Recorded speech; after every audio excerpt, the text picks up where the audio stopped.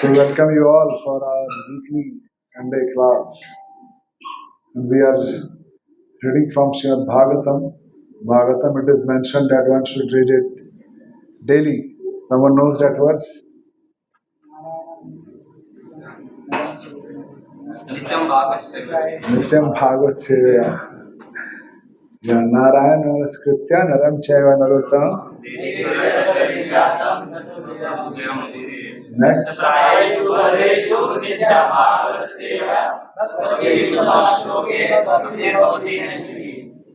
So Nityam Bhagavatam should be read every day. When Srila Prabhupada wanted to go to the West for preaching, he was not having Bhagavad Gita with him. He did write Bhagavad Gita commentaries, but as we know that it lost. His wife thought that it is some kind of raddi and it got lost. So then he did not write on Bhagavad Gita again. He started writing on Srimad Bhagavatam. And Prabhupada put a lot of efforts to not only write, other than writing, he also did proofreading. Then he went to Delhi, found the printers, did printing, and after printing, the next thing is not distribution. There has to be binding. So printing, binding, and then distribution. So the first canto of Srimad Bhagavatam was printed by Srila Prabhupada in 3 volumes. And Prabhupada first printed volume 1, then he tried to sell some copies. Then he printed volume 2, tried to sell some copies, got some money, and then he printed volume 3. So like that, volume 1, volume 2, volume 3, first 19 chapters of Srimad Bhagavatam, first canto. And then Prabhupada took with him Srimad Bhagavatam to the West. When he went to US, he was having a trunk load of books, and that was Srimad Bhagavatam. And till that time, there was no Bhagavad Gita. Bhagavad Gita came somewhere in 68, 69, when they met, the Macmillan, and the Macmillan agreed to write Bhagavad Gita. Before that, there was no Bhagavad Gita. So, first few years of preaching just happened through Srimad Bhagavatam. And we all know what efforts Prabhupada put to write Srimad Bhagavatam. So, Prabhupada would many times quote this verse, Nityam Bhagavat Sevaya. One should regularly read Srimad Bhagavatam. Bhagavat Sevaya means service to Bhagavatam. And service to Bhagavatam is in 2 ways. Service to the devotee Bhagavat and service to the book Bhagavat. Service to the devotee Bhagavat is various ways to serve any Vaishnava. And service to the book Bhagavat is by reciting Srimad Bhagavatam, So, we will also read few verses of Srimad Bhagavatam today in our continuation of this reading. So you can chant the Mangalacharan. You need slides of Mangalacharan, or everyone knows by heart? Let us try. Om Ajnana-Timirandhasya Jnananjana-Shalakaya Chakshurunmilitam Yena Tasmai Shri Gurave Namaha Shri Caitanya Manobhishtam Sthapitam Yena Bhutale Swayam Rupa Kadamriyam Dadati Swapadantikam Vandeham Shri Guru Shri Padakamalam Shri Guru Vaishnavamsa Shri Rupam Sagrajatam Sagradaranam Nilamam Sajivam Sadvaitam Savadutam Parijanayam Krishna Chaitanya Devam Shri Radha Krishna Pada Sagradaranam Shri Vishankanam Namo Vishnu Padaya Krishna Vishaya Bhutale Shri Mate Bhakti Vedanta Swami Namine Namaste Saraswati Deve Gauravani Pracharine Nirvishesha Shunyavadi Pashyata Deshatharine Namo Vishnupadaya Krishna Prishthaya Bhutale Srimate Bhakti Siddhanta Saraswati Namine Shri Vaishnava Devi Daitaya Kirpavale Krishna Sambandha Vidyana Daine Pramale Namaha Madhuri Churate Madhya Shri Rupanda Bhaktila Shri Gaura Karna Sati Vivaya Namaste Namaste Gauravani Shri Murtaye Dinatarine Rupanuvadruta Siddhanamahane Namagar Kishoraya Sachadaya Murtaye Vikramara Sambhode Padam Jayate Namah Namo Bhakti Vinodaya Sachidananda Namine Gaur Shakti Swarupaya Rupanugradarayate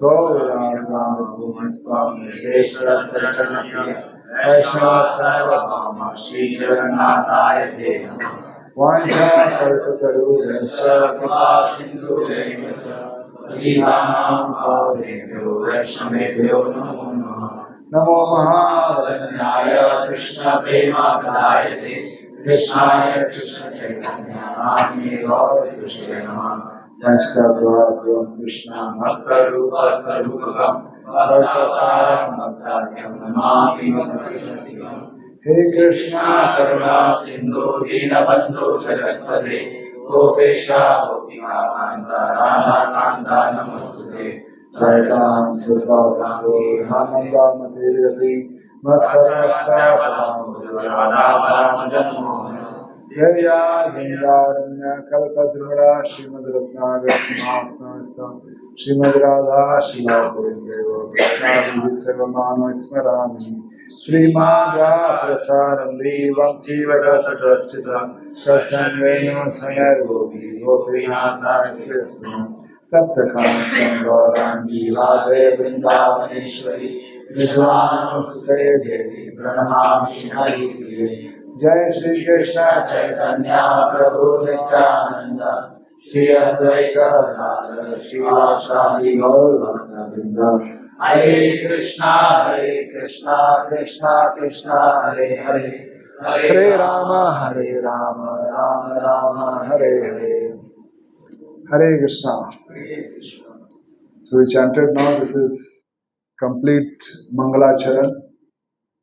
So chapter number 3 of Srimad Bhagavatam talks about Krishna is the source of all incarnations.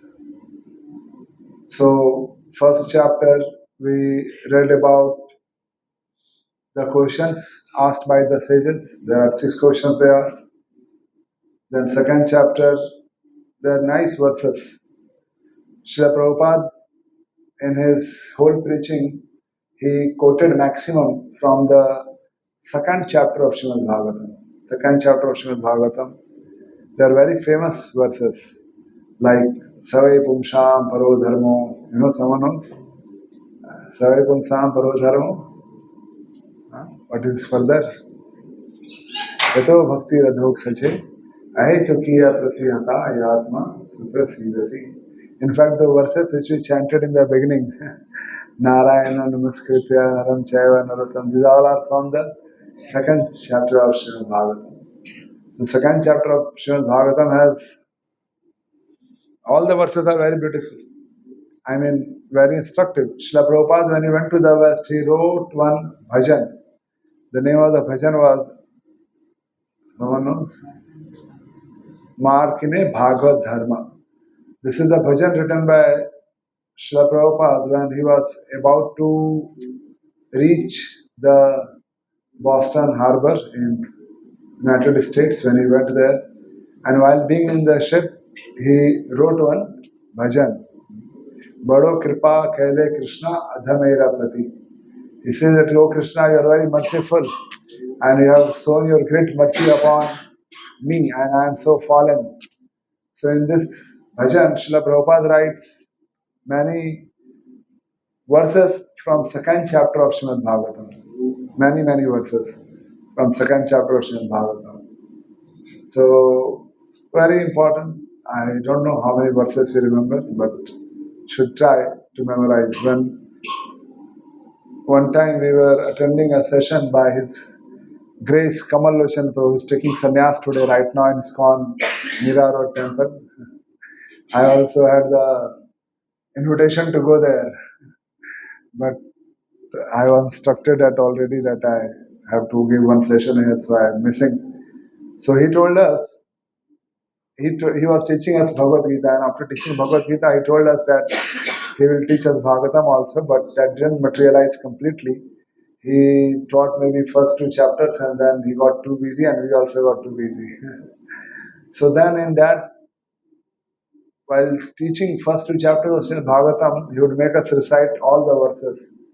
And then he told us that at least if you memorize something or not, at least try to memorize all these verses of first and second chapter of Srimad Bhagavatam. And they are very important verses. In fact, first chapter, which is the foundation for Srimad Bhagavatam, the very first verse we should know. How many of us have memorized the first verse? Text one, Om Namo Bhagavate. Then go ahead. Janmadasya Anvayas Tirasachate se Vigya Swarat Tene Brahma Hridaya Kave Yanti Yat Surya Tejo Vari Vidam Tha Vidimayo Yatra Tisarvamisha Dhamna Svena Sada Nirastakukam Satyam Param Dhimahi. Next. 1, 2, 3, verse number 1, 2, 3. This is known as the Mangalacharan of Srimad Bhagavatam. 1, 2, and 3. Just like right now we chanted Om Ajnana Timirandasya, this is called Mangalacharan, prayers before the class. Similarly, these verses, first three verses are called Mangalacharan of Srimad Bhagavatam. And if nothing, at least we can memorize these three verses of Srimad Bhagavatam. 1, 2, and 3. So, what is the verse 2? Dharma prochita kaitwatra parmo nidam saranam satam Vedyam vasamatra vastu siddham taptra mulanam Srimad Bhagavate Mahamani krite kim va pareshwara sadvedya vridhita tritivi susrubhis chana. And then third one, Nigama kalpataror galitam phalam sukmukhad amritra drat samyutam pivat bhagatam rasamalyam mur aho rasika bhuvi bhavukaha. So 1, 2, 3. So at least not 1, 2, 3, then at least verse 1, 1.1.1. Om Namo Bhagavate Vasudevaya. So this is a good verse. Very important. Srila Bhakti Siddhanta Saraswati Thakur, he lectured on the first verse of Srimad Bhagavatam for months. Somewhere I heard for 1 month, somewhere I heard for 3 months. So elaborate lectures on just one verse of Srimad Bhagavatam. And if you see that Srila Prabhupada has also given a very huge purport. It's like 10, 12, 15 pages of purport on just first verse of Srimad Bhagavatam. So Bhagavad Gita is better, isn't it? Simple and easy, and we are getting, for an infinity complex listening to all these verses of Srimad Bhagavatam. So, anyways, at least we should know that there is so much in Vedic scriptures for us to know, and we are yet to know so many things. We are yet to learn so many things from our books. So third chapter is called Krishna is the source of all incarnations. And this has very nice, these verses are, it talks about various incarnations who appeared, their purpose, some background about them. And the last verse mentions, not last, but concluding verses. Concluding verses of this chapter talks about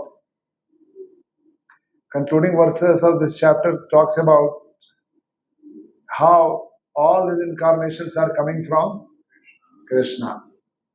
Eta chamsa kala Krishna, Krishnastu Bhagavan. So this is the famous verse from this particular chapter. And also, there is a question asked by the sages in the first chapter. Krishna sadham upgate dharma jnana adidisa, that Krishna went back to his planet at the end of which yuga? not Kali Yuga. At the Dwapar Yuga, Krishna at the end of Dwapar Yuga, he went back to his abode. Where? Golok Vrindavan. So Krishna Swadham Upgate. Krishna went to his own dham, Swadham. He has gone to his own dham. Dharma Jnanadibhisa. And along with Krishna, who went? Dharma and Jnana. Dharma Jnanadibhisa. So now, not this verse comes actually, I think, in the third chapter only, but I'm not recollecting. They ask a question that whose shelter Dharma has taken. Is this the same verse or what is the verse number in first chapter? Huh? Where the religious principles have taken shelter.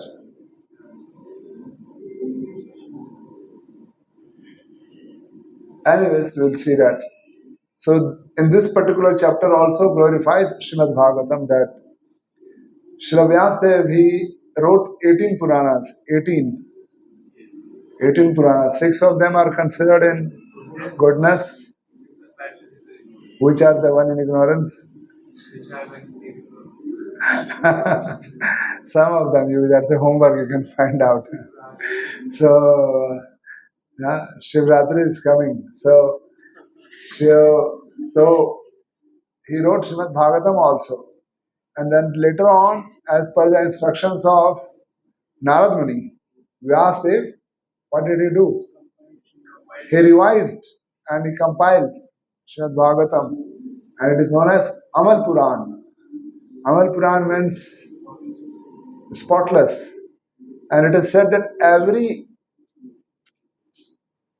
shloka, every word of Srimad Bhagavatam is filled with love for Krishna. Now that realization I don't have, but I'm just telling what I've heard. Because there are so many stories, so many verses, but our acharyas say that every word, every shloka, it mentions Krishna, and it has many, many meanings. And one of the verses in Srimad Bhagavatam, Prabhupada writes to the purport that this particular verse has a great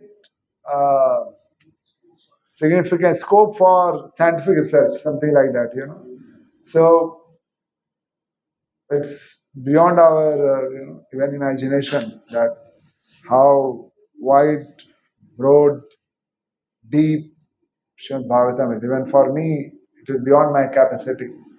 But just as a matter of service, I am reading with all of you Srimad Bhagavatam. But it is very, very detailed. So many acharyas have written so many commentaries on Srimad Bhagavatam. So I was told that we have read few verses. So okay, no problem. I'm sure none of us remember what we read last time. So, anyways, this particular chapter, as I said, it talks about the various incarnations in brief, and later on, some of the incarnations are discussed in detail in the further chapters of Srimad Bhagavatam. Now, what is explained here in a few of the first beginning verses is about the creation of this material world. And I have showed that Goloka chart to all of you many, many times. So if you remember, who is sitting inside the water in the universe?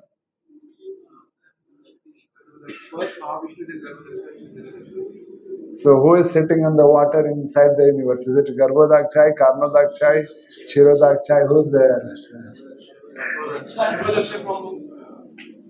One of the Vishnu is certainly there.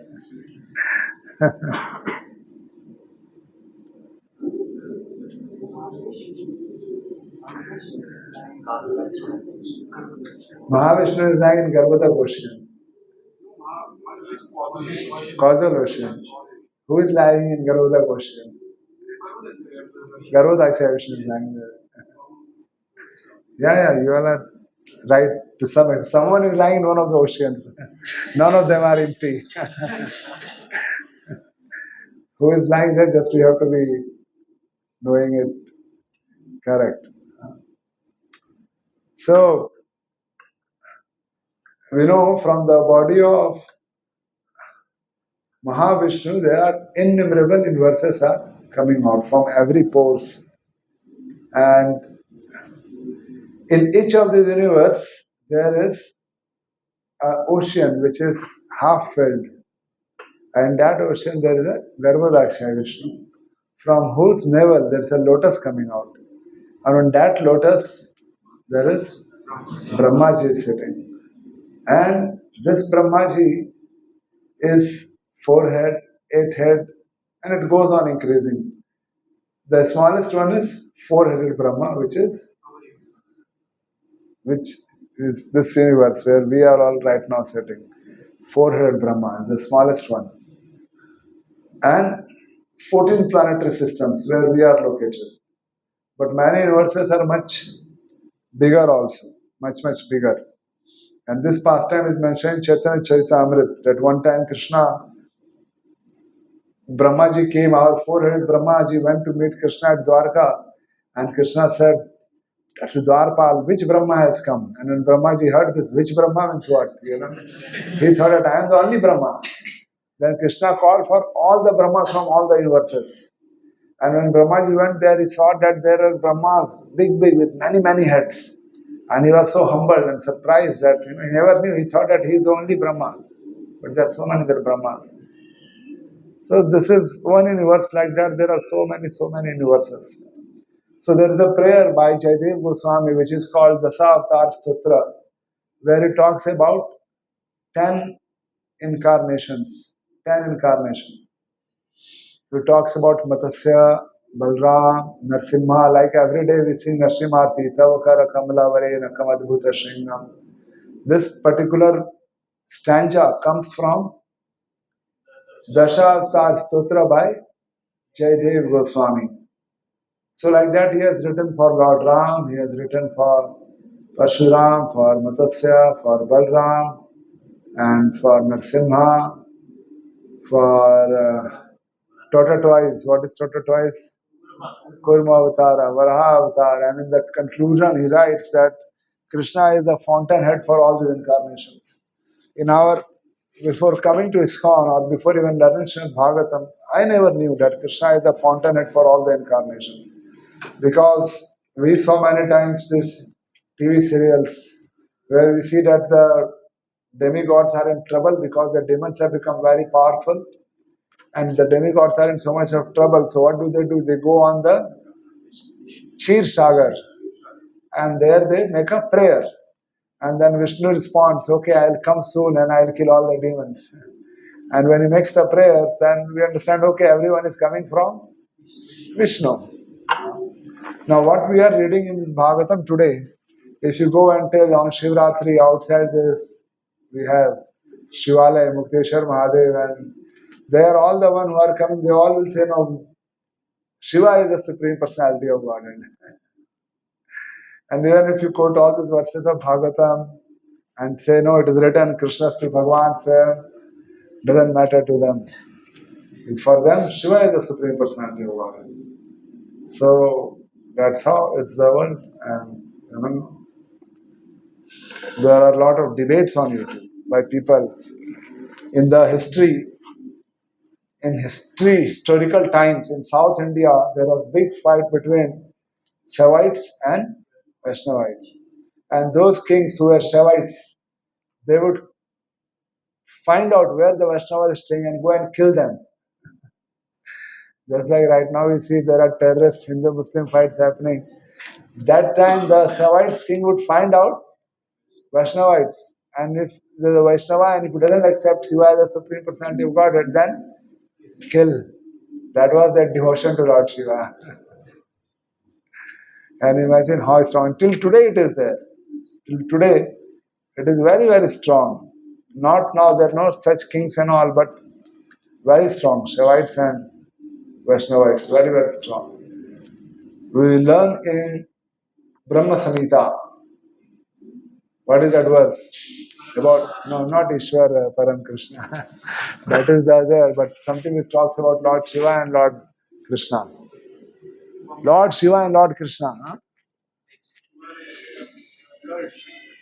Yeah, your meaning is right. What is the verse?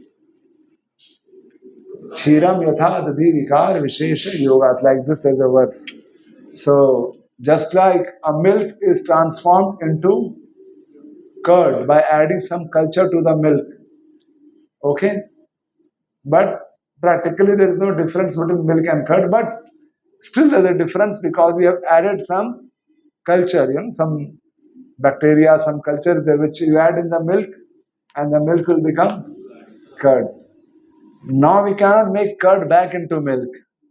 In the similar way, when Krishna accepts the responsibility of the mode of ignorance or tamoguna, then he takes his expansion is called Shiva.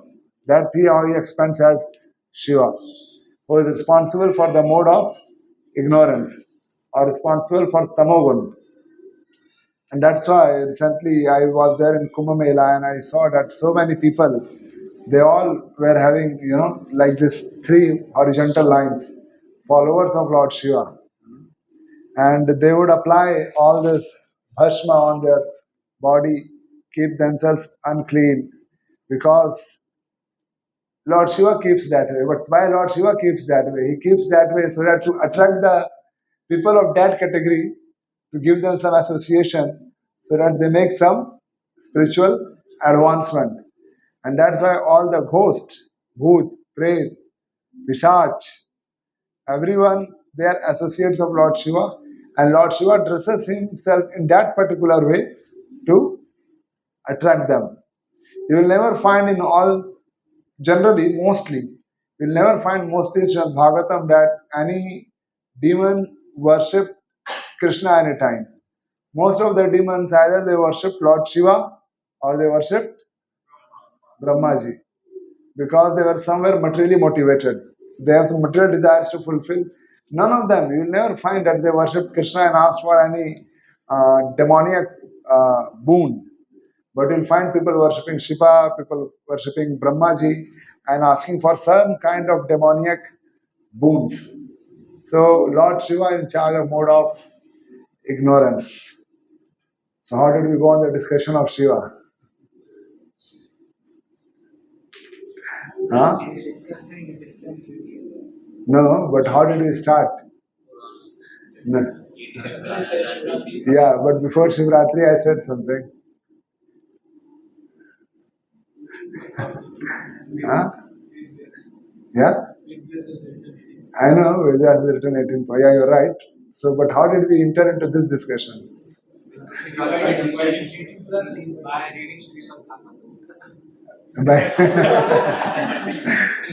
Roji, you were explaining the incarnation of the Krishna, like Balaram, Vishnu, then you entered into I said about Krishna's to Bhagavan Swam.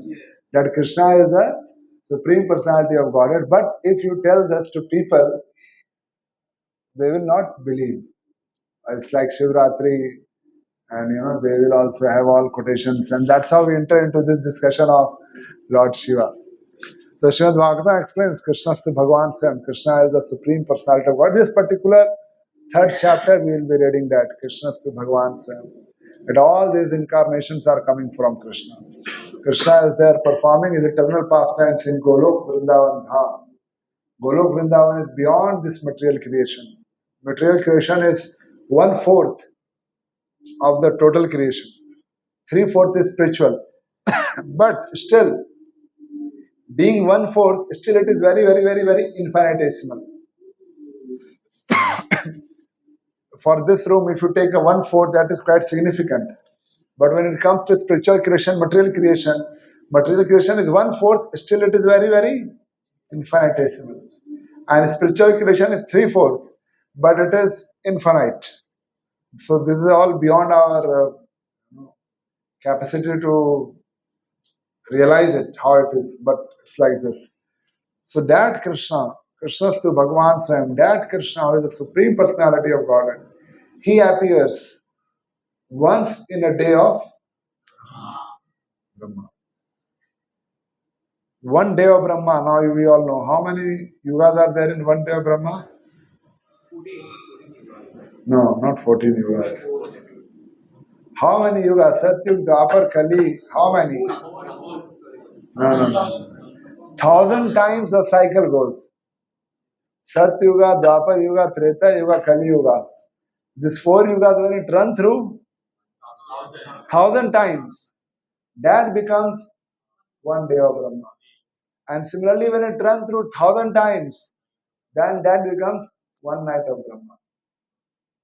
So one day of Brahma is 1,000 times running. Satyuga, Dwapar Yuga, Treta Yuga, Kali Yuga. Again, Satyuga, Dwapar Yuga, Treta Yuga, Kali Yuga. That goes on for 1,000 times. Then that makes 12 hours of Brahma. In that 12 hours of Brahma, Krishna says that I personally come when?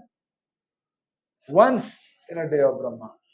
Means he is coming once in a day of Brahma. This means out of 4,000 yugas, he will be coming only in one yuga. Are you getting this? We have discussed this so many times. Only one time he personally comes. All other time his incarnations will come.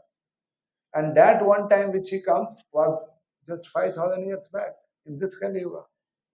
And whenever that Krishna comes, the original one who is in the Golok Vrindavan, who comes once in a day in 4,000 yugas, when he comes, at that time only, the next time, in that Kali Yuga only, Sri Chaitanya Mahaprabhu comes.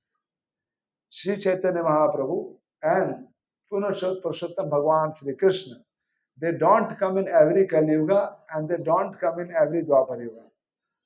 They come just once in a day of Brahma. And all other incarnations comes that's why Krishna says in the Bhagavad Gita, 4th chapter, what is that verse? Sambhavami, I appear in every yuga. So that are his incarnations which are coming in every yuga. But he personally comes just one yuga, once in a day, one yuga. So that was just 5,000 years back, and Sri Chaitanya Mahaprabhu 500 years back. And Srila Prabhupada was on this planet propagating Krishna consciousness 50 years back. I was hearing to one lecture of Srila Prabhupada on this particular verse, and he was saying, Hare Krishna movement is also incarnation of Krishna. This particular movement is incarnation of Krishna, because Krishna has appeared in his holy names. So we should remember this basic information, and not only remember, we should contemplate on this. That what is my good fortune that I have this opportunity to learn Krishna consciousness, know about Krishna, worship, propagate, preach, do some seva. Such things doesn't happen in every yuga, and especially no chance in Kali Yuga. No chance in Kali Yuga. But this is very, very rare. But somehow or other in this Kali Yuga, everything is becoming rare. Like this Kumbh Mela is also once in 144 years. So all rare opportunities have come because you all are so special. You all also have come in this Kali Yuga. We all, in fact, not only you all. So we should reflect on our good fortune that I am in that Kali Yuga where Sri Chaitanya Mahaprabhu came, and in the previous Dwapar Yuga, Lord Krishna came, and is the same Krishna who has come from Golok Vrindavan, who just comes once in a day of Brahma, and he came this time. And that's how we go to Vrindavan where he performed his pastimes. And we go to Mayapur where Sri Chaitanya Mahaprabhu performed his pastimes. Very, very rare. So think about this rare opportunity which we all have.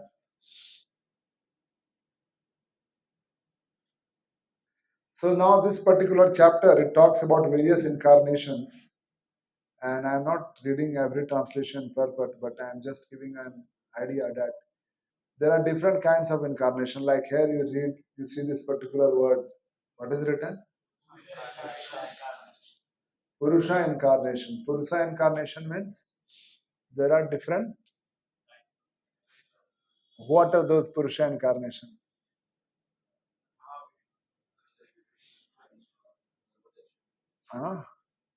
Garbhodakshaya Vishnu, Kshirodakshaya Vishnu, Karnodakshaya Vishnu. They are known as Purusha incarnation. Then after that Purusha incarnation, there are other incarnations also, like there's Leela avatar. They just come to perform a pastime, then they go away. Just like Narsimhadev. He came, he did one pastime and he gone, he left. Or Kurma avatar came, did pastime and went, Leela avatar. Then there are Guna avatar. Who are they? Vishnu, Brahma and Mahesh. Then there are Guna avatar, Leela avatar, Purusha avatar. There are Shakti avatar. Who are they? Huh? Living beings who are specially empowered to perform certain activities on behalf of Krishna. For example, Srila Prabhupada. It is written in Prabhupada Leela Amrit that Prabhupada is a Shakti avatar, which is we accept without doubt, but we have not found it in scriptures right now. But there's nothing to deny because what Prabhupada did is unparalleled. Unparalleled. If we feel so, difficult to match. I came from Kumbh Mela, traveling from there, and I was so exhausted that I took rest for 3 days. And still I am feeling a little tired. And Prabhupada would travel every other day around the world for not 1-2 days. He did that for 14 years.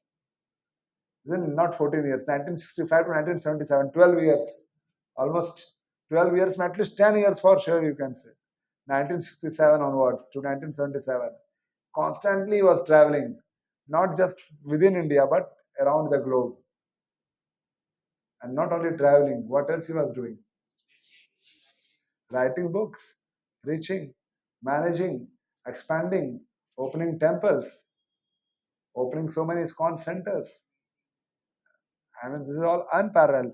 Right now we all are thinking in our team to get some land and open some temples, and we think even if we get a land, who is going to go and run it? How many will say, Prabhu, don't worry, we'll immediately walk out from our current activities and get the land, I am ready. We have to think. But Prabhupada was not doing only within India, it was happening around the world. In various countries. Without internet, without email, without mobile phone. And imagine, that's why the Saktavesh Avatar, so powerful. One devotee, of course, Grace Kamalochan only says that when Prabhupada was there, it was like Prabhupada had entered into every disciple. And every disciple was working with the same energy. What energy Prabhupada was having? Every disciple was working with same energy. Otherwise, how was it possible in 10 years to expand so much? What we have not done in 50 years, that happened in those 10 years. It was very, very, it was like a big bomb blast kind of, very, very big. So, Shaktavesh Avatar, even Parshuram is known as Shaktavesh Avatar. And Narad Muni is Shaktavesh Avatar. Vyasdev is also Shaktavesh Avatar, is also known as literary is also known as the literary incarnation, one who wrote all the books, all the scriptures. So we have heard Guna Avatar, Shaktavesh Avatar, then Leela Avatar, and then Purusha Avatar, and what else is there? Guna Avatar done. There is something called Manavantar Avatar. Manavantar Avatar, which appears in different Manus. So someone told when I was asking how many cycles, someone said 14. Actually, every day of Brahma has got 14 Manus. Just like how we have every 5 years one Prime Minister. Similarly, Brahma has got 14 Manus who manage the affairs of this world. 14 Manus, they manage the affairs of this world. We are not even aware who is managing all this. We are busy in managing our small things. But there's a Manu who is managing the whole universal affair. And they are 14 in number, so each one of them, they manage 71 yuga. And then they go away, then the next guy comes, and he manages another 71. So 71 multiplied by 14 is approximately 1000. So Brahmaji is managing, Manu is managing. We don't know what are they doing because We practically may not be seeing anything happening in our life by their presence. For a prime minister is doing something, we come to know. It has some effect. Some decisions are taken in cabinet. It affects our day-to-day life. But what Manu is doing, what Brahma is doing, how it is affecting our day-to-day life, we are not aware. That we can understand we are so minute or so insignificant. So insignificant. Because not bothered. They are busy into more complex and more bigger management. That we don't have any access to them and they don't have time to give access to us. So we are so infinitesimal, small. So when you read Srimad Bhagavatam, these verses, you can understand that it is beyond. So let me see which verse we should see. This things we discussed right now. Part of the Purusha lies down within the water of the universe. From the navel lake of his body sprouts a lotus stem, and from the lotus flower atop the stem, Brahma, the master of all engineers of this universe, becomes manifest. The masters of all engineers of this universe. That's a very interesting way to write a purport of Srila Prabhupada. That easy to connect, the master of all the engineers of this universe. And then he explains further. The first Purusha is Karodakshaya Vishnu. The next one is Garbhodakshaya Vishnu. And then Garbhodakshaya Vishnu is lying. He is lying in the half universe which is full of water. And from his level comes the Brahmaji. So again, from Garbhodakshaya Vishnu, there is expansion of Chirodakshaya, not Karanu, Chirodakshaya Vishnu. And what is he doing, Chirodakshaya Vishnu? He is he enters into every atom and even into our heart as Paramatma. And that's why Krishna says in the 15th chapter of Bhagavad Gita, what does Mata Smriti Jnana Apohanamcha. Krishna is the one, when you get up, he tells, now you should brush. Check your WhatsApp. If Krishna is not there, no Smriti, no Jnana. And he is the one who gives Apohanam, forgetfulness, what you learned in last class. He is the one who is giving remembrance, forgetfulness, and intelligence. If you are able to remember this verse, Sarvasya Cham Vidhi Sannivishto, it is just because Krishna is helping us remember. And we are not remember, then you say that it is Krishna only who is making me not remember. It is our desire actually. If we desire, then Krishna helps us to fulfill that desire. So Shirodakshaya Vishnu is the Paramatma who is sitting in our heart and helping us do everything. If he is not there, we are not able to function. Not able to function. Completely blank. He is there, he is guiding us how to function. That is Shirodakshaya Vishnu. So just imagine, just to make things happen in this world, Krishna has expanded himself in so many forms. So many forms. And sometimes, or many times, we may take Krishna so cheaply. But he is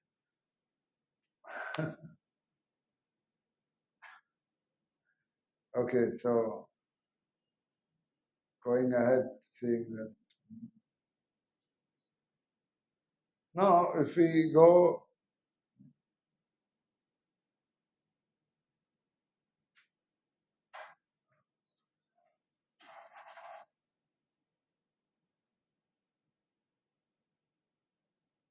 so now it talks about various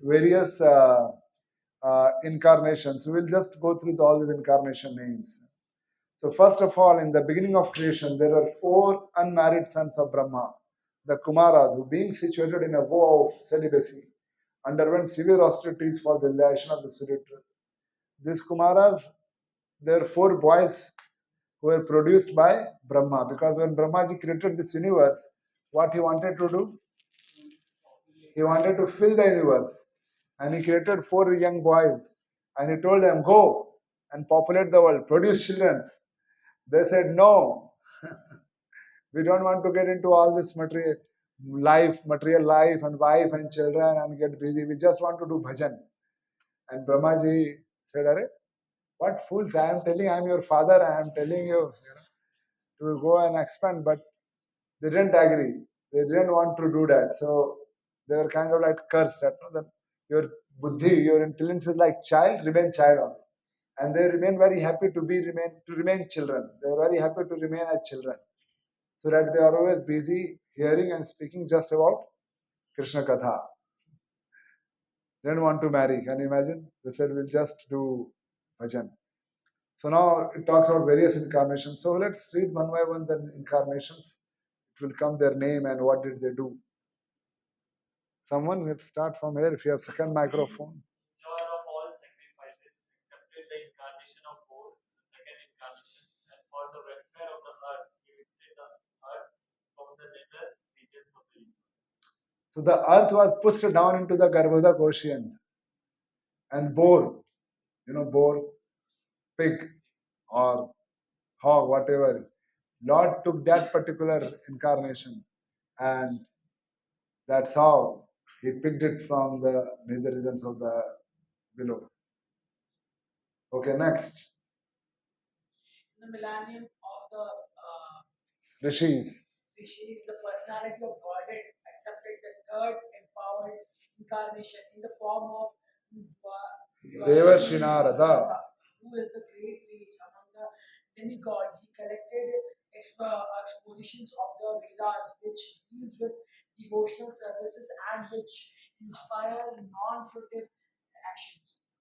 So in this purport, if you see, Prabhupada explains in very detail about what did they do. Like he says, Narad is the author of Narad Pancharatra, which is the exposition of Vedas, particularly for devotional service of the Lord. So I am not reading the purport right now with you, but I just want to let you know that these purports have little more detail about those incarnations. In the fourth incarnation, the Lord became Nar and Narayan, the twin sons of the wife of King Dharma. Thus he undertook severe and exemplary penances to control the senses. Now this Nar and Narayan Rishi is found in right now in Badrinath. And it is said that the Krishna and Arjun pastime which happens every time, it is actually Nar Narayan Rishi who expands themselves as Krishna and Arjun. Krishna Narayan expands as Krishna and Nara expands as Arjuna. So this is another incarnation which is constantly doing austerities in Badrinath, Nar Narayan Rishi in Badrinath. So this is another incarnation. Yeah, someone please read this one. The fifth incarnation. The fifth incarnation named Lord Kapila is the foremost among perfect beings. He gave an exposition of the creative elements and metaphysics to Asuri Brahmins, for in the course of the time, this knowledge had been lost. So Prabhupada writes here Sankhya philosophy, which is also called metaphysics by the European scholars. And this is given by Kapila. There is a book called Teachings of Kapila, which you can get more information if you wish to. Sixth incarnation. Who is that? Go read.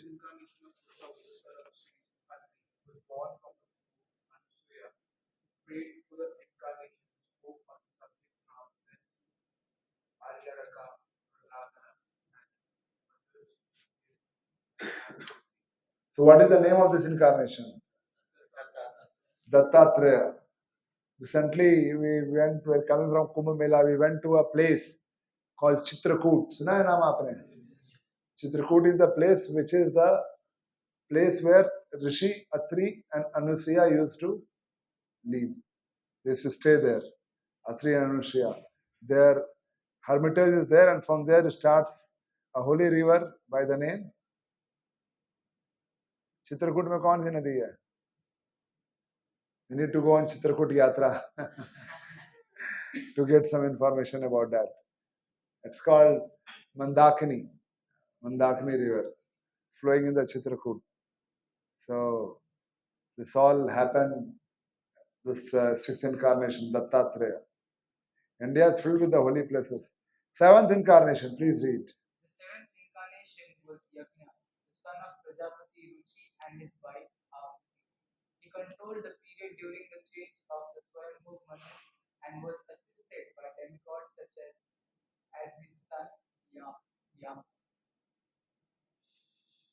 Yama. Yama. Then the eighth incarnation. Go ahead quickly. Incarnation was King Shunu, son of King Nabi and his wife Virudevi. In this incarnation, the Lord showed the path of perfection, which is followed by those who have fully controlled their senses and who are followed by all other. King Rishabha. And in the fifth canto, we will read in more detail about the teachings of Lord Rishabhadev, where he says that don't just work hard and produce children because that is also even done by the pigs. This human form is for tapo divyam putraka yena shatvam. Oh, my dear sons, go and do tapasya. So, Rishabdev, that is the eighth incarnation. Then go ahead, next, ninth incarnation. O Brahmanas, in the ninth incarnation, Lord prayed for wise sages accepted the body of the king Prathu, who cultivated the land to yield various produce, and for that reason the earth was becoming unattractive. When King Prithu became the in charge, earth was not producing anything, no grains, nothing was coming. Earth had kept everything hidden. And Prithu ordered the earth that you have to release everything. And then the earth released sumptuous amount of grains and resources. So everything is there in the earth. But if earth doesn't want to give, whatever fertilizers, pesticides we will do, will not get. But if earth wants to give, we can get it. It depends on the mother earth. So Prithu did that, who cultivated the land to yield various produce. So that was done by King Prithu. Then And that was a complete creation after the period of the Chakshus of Manu, and the whole world was deep within water. The Lord accepted the form of fish and protected rivers Manu, keeping him up on board. so what is the name of this incarnation? Matsya Avatar. And it is written here that this was done specially for Satyavrata Muni because Satyavrata Muni desired, he wanted to see how pralay happens. What was the desire? Can you imagine? We have very little desire, little money, family, some job. His desire was he wanted to see pralay, that how everything is, and for that Lord came as Matsya. So the next 11th incarnation. 11th incarnation of the Lord is the form of tortoise, who shall serve as a pivot for the Mandrachan hill, which was being used as churning rod by the east and atheist of the universe. This is related to Kumbh Mela. So one time the theist and atheist, or demons and devotees, or you can say the Devata and the Danava, demigods and demons, they wanted to get nectar, and it was going to come how? From the churning of the ocean. They started churning the milk ocean, and that they had kept Mandrachal mountain as a churning rod. And it is said that Lord was feeling little itching on his back, khujli. So how Lord, so as his form as tortoise, he got Mandrachal on his back, and when they were, churning, the Mandrachal mountain was rotating on the back of the tortoise, and that was very pleasing to the Lord. Sometimes we are itching and we do all this and we feel little nice. So that all origin is Krishna. So that's how the nectar produced from there, and so many other things came. Moon came from there, nectar came, Lakshmi Devi came, many things came. Many things came from the churning. So this Kumbh which you see, which happens at 4 places in India, Prayagraj, and what are the other 3 places? Haridwar, Ujjain, Nasik. 4 places this Kumbh festival is celebrated, and all these places it is the nectar comes in that particular nakshatra, which is there right now once in 12 years.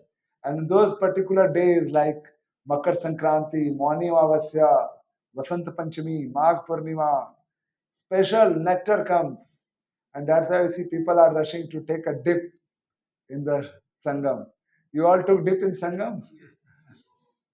Many of you, some of you didn't come, but many of you came. So that sacred dip in the Sangam, for which people have come from all over the world to take that Amrit, But actually, real Amrit is Nama Amrit, Harinam Amrit, or our Prasad is also Amrit.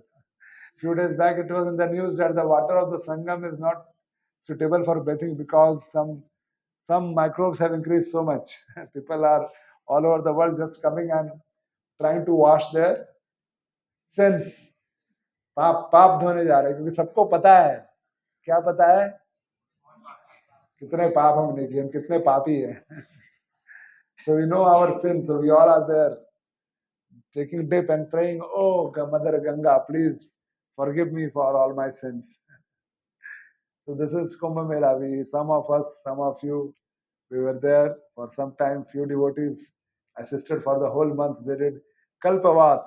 It is said that if you stay in Kumbh Mela for 1 month on the banks of Ganga, taking bath in Ganga, chanting the holy name, then it is called Kalpavas. Kalpavas means Brahmaji's 1 day is called one Kalpa, and it's like one stayed for that many times. Just like in Kartik, if you chant 1 round, it is equal to chanting 1,000 rounds. Similarly, staying in 1 month is like staying on the bank of Ganga and doing tapasya for 1 kalpa. Staying for 1 month. That's why it is called Kalpavas. So many people were there who stayed there for a month. Kalpavas, spiritual benefit. So this pastime is Kumbh Mela is connected to this particular tortoise or kurma incarnation of the Lord. So next, go. In the 12th incarnation, the Lord appeared as Bhagavad. And in the 30th, he allowed the deities by the beauty of a woman and gave nature to the demigods. Dhanvantri also has a medicinal pot. And the 12th Dhanvantri, and 13th is Mohini Murti. Heard this pastime, Mohini Murti? Mohini Murti, she was the one who distributed the nectar between the demigods and demons. She was supposed to do that. But all the demons were so much captivated by the beauty of Mohini Murti that they said, whatever Mohini Murti will say, we will, follow that. And she made them sit in 2 lines. And she said that, let me first serve, because the dense part of the nectar is at the bottom of the pot. And upper part is mostly liquid. Just like if you keep dal for a long time, what happens? The solid part goes down and above is only water. So she said, I will serve them just upper part, and actual nectar I will give all of you. And they all sat in 1 line, and Mohini Murti was showing her smiles and charming glances to the demons, but she was serving all the nectar to the demigods. All this is historical data, pastimes which has happened. Can you imagine? All the demons were so charmed by the Mohini Murti. And even Lord Shiva went behind Mohini Murti. Because one time he wanted to see the form of the Lord as Mohini Murti. Very attractive form. 14th incarnation. In the 14th incarnation, the Lord appeared as Narasimha and bifurcated the strong body of the deceased Hiranyakashipu with his nails, just as a carpenter pierces his case. With the nails, just with the nails, he torn about the Hiranyakashipu's body. So that is, go ahead. Incarnation, the Lord assumed the form of a bronze Brahmana, and visited the arena of sacrifice arranged by Maharaj Mani. Although at heart he was willing to relieve the kingdom of the three-planetary system, he simply asked for permission of 3 steps. You know this pastime, Vamandev? Yes. He asked for, and in 3 steps he covered the. That's how we also say, just chant 1 round. Then slowly, slowly, 2 rounds, 5 rounds, 8 rounds, 16 rounds. Ekadashi, 25 rounds. Nirjala Ekadashi, 108 rounds. So Lord is like that, Krishna, if he enters into your life, he comes. One time you have to chant Hare Krishna, and then one time turns into 1 round, one time round becomes 4, 8, 16, and it just goes on. So Lord Vamandev, he appeared as a dwarf Brahmana, and he told to whom? Bali Maharaj, just give me 3 steps of land. And Bali Maharaj started laughing. 3 steps, ek to you are a Bona, dwarf. And that also, your intelligence is also dwarf. Because what you will get in 3 steps, at least ask that much which will be sufficient to maintain your life. In 3 steps, what you will cover? It looks like just like your height is small, your intelligence is also very small. And Vamans, they've said that if one is not satisfied with little, then he cannot be satisfied with the whole also. It's a very beautiful conversation. It comes in the one of the cantos. I think it is in 8th canto, or I don't know exactly which canto. 8th canto? 8th canto, this pastime of Vaman Dev. And if you can read it, the conversation between Bali Maharaj and Vaman Dev is so interesting. And finally, Bali Maharaj says, all right, take 3 steps. And in just 2 steps, Bali Maharaj covers the whole universe in just 2 steps. And then he asks, Vamandev covers the whole universe in 2 steps. And then Vamandev asks, so tell me, Bali, where shall I keep my 3rd step now? Where to keep 3rd step? And he says, keep on my head. So,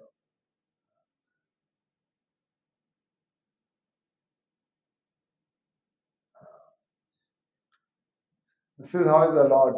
You can understand that if Lord wants to give you with 2 hands, how much you can manage. And if he wants to take away with 2 hands, how much you can hold. Yes, you want to ask something? Please go ahead. Why did he give him such a power that he asked for 3 steps, but then he gave such an enormous power to him that he covered the whole universe with 2 steps only? So why was he given such a great power? No, that's what we are reading. Who got the power? It is written here, the Lord 15th incarnation is Vamana. And he is the incarnation, so he is himself Supreme Personality of Godhead. So he himself has power. No one gave him power. Vaman Dev is the Supreme Lord and he has the power. And he came to Bali Maharaj. Bali Maharaj at that time had taken the control of the whole universe, and the demigods had none of in their zone to do anything. They all were thrown from their kingdom, Swargaloka. So their mother, Aditi, she did a very great austerity and prayed to Vishnu that please save my children, the Devatas. They have no space. They have been bereft of their kingdom. And that's how Vamandev appeared as an incarnation. And he went to Bali Maharaj and he said, give me 3 steps of land, because Bali Maharaj was known to fulfill any desire of Brahmanas. If a Brahman comes and asks something, Bali Maharaj will surely give him. So Vamandev said, give me 3 steps. And Bali Maharaj said, okay, take 3 steps. And when Bali Maharaj said, take, then Vamandev expanded himself. Another name is Trivikrama. There's a temple in, you got now what I'm saying? There's a temple in Kanchipuram. You know this place called Kanchipuram? Kanchipuram is in Tamil Nadu. It is a place city filled with temples. There's the most famous deity of Varadaraj. Varadaraj. So, in Kanchipuram, there is a temple of Trivikrama, Vamandev. Trivikrama is a temple, the Lord is standing on one leg and one leg is stretched. And the deity is huge. Now it is a doubt whether if the temple was made first, how the deity was taken inside. Because the deity is huge. It can, just like suppose in this room, if there's a huge deity, then you will have a question that how did the deity come from this door? So maybe the deity came first and temple was made later on. How it happened, If you get free time, if you have to take out some time to visit all these places with us, Kanchipuram and Trivikrama temple, it's amazing temple. If you stand in front of that deity, our height will go just till the, what you call this, knee of the Lord. It is like 20 feet big deity. And they worship every day. It is not possible to go and garland the neck of the Lord. So they just garland the feet of the Lord every day. Only feet is garlanded, because who will climb 20, 25 feet and put a garland there? So you just put a garland on the ankle. Trivikrama. Huge. India is filled with such holy cities and holy places, and really we should take out some time to go there. Okay, 16th incarnation, please read.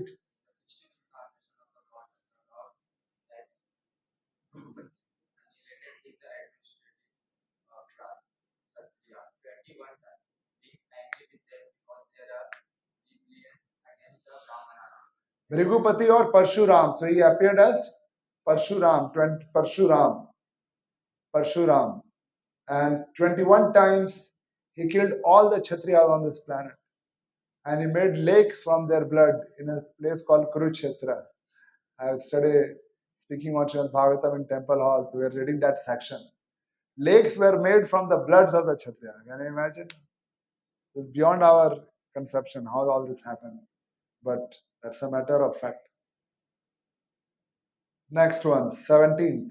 Thereafter, in the 17th incarnation of Godhead, Sri Vyasadeva appeared in the form of Satyavati through Parshara, and he divided the one Veda into several branches and sub-branches, seeing that the people in general were less intelligent.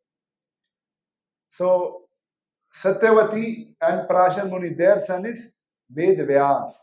And Ved Vyas is the one who has given all the Upanishads, Puranas, Vedas, Shruti, Smriti, Itihasa, everything is given by Ved Vyas. It's called literary incarnation of Krishna. So it is written here, Puranas, Mahabharata, everything. Even our temple, or if you go, you see there is a diorama where Ved Vyas is sitting and speaking, and the Lord Ganesha is writing.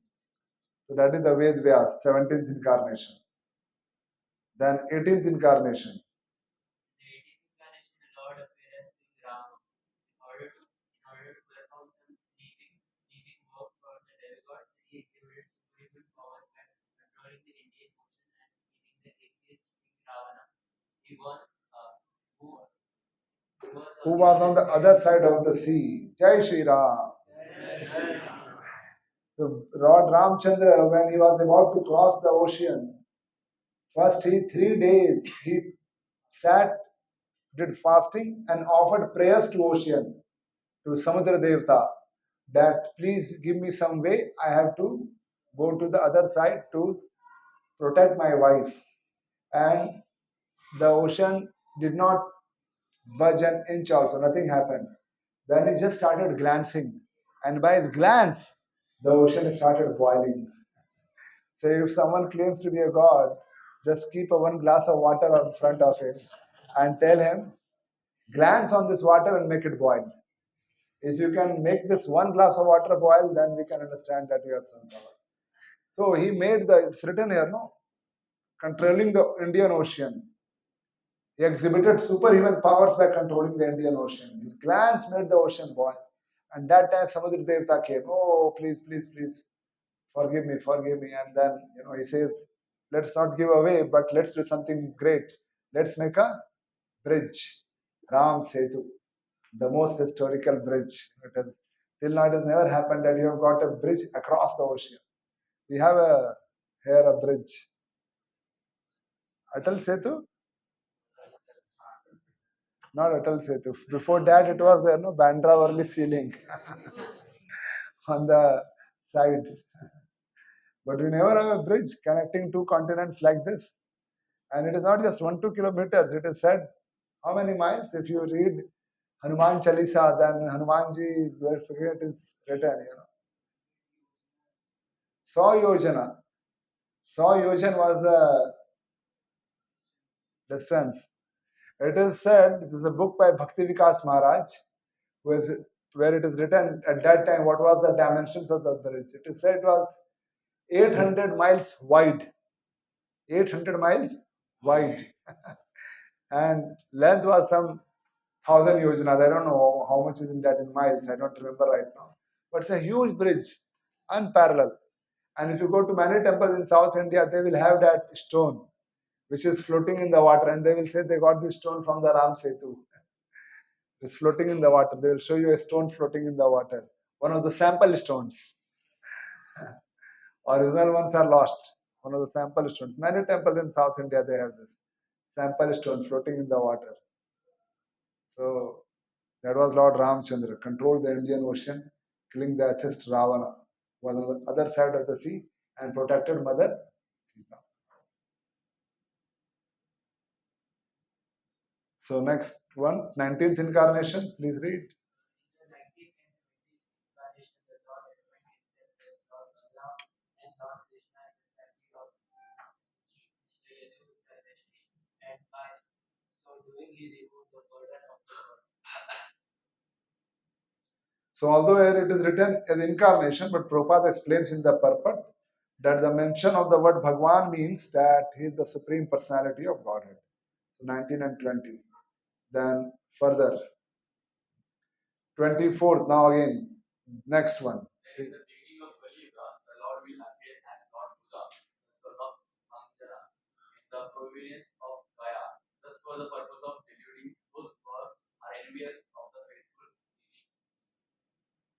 So a time came when all the Brahmanas, they were misusing the scriptures, and they were quoting the scriptures, and they were saying that as per the scriptures, you can kill animals and eat.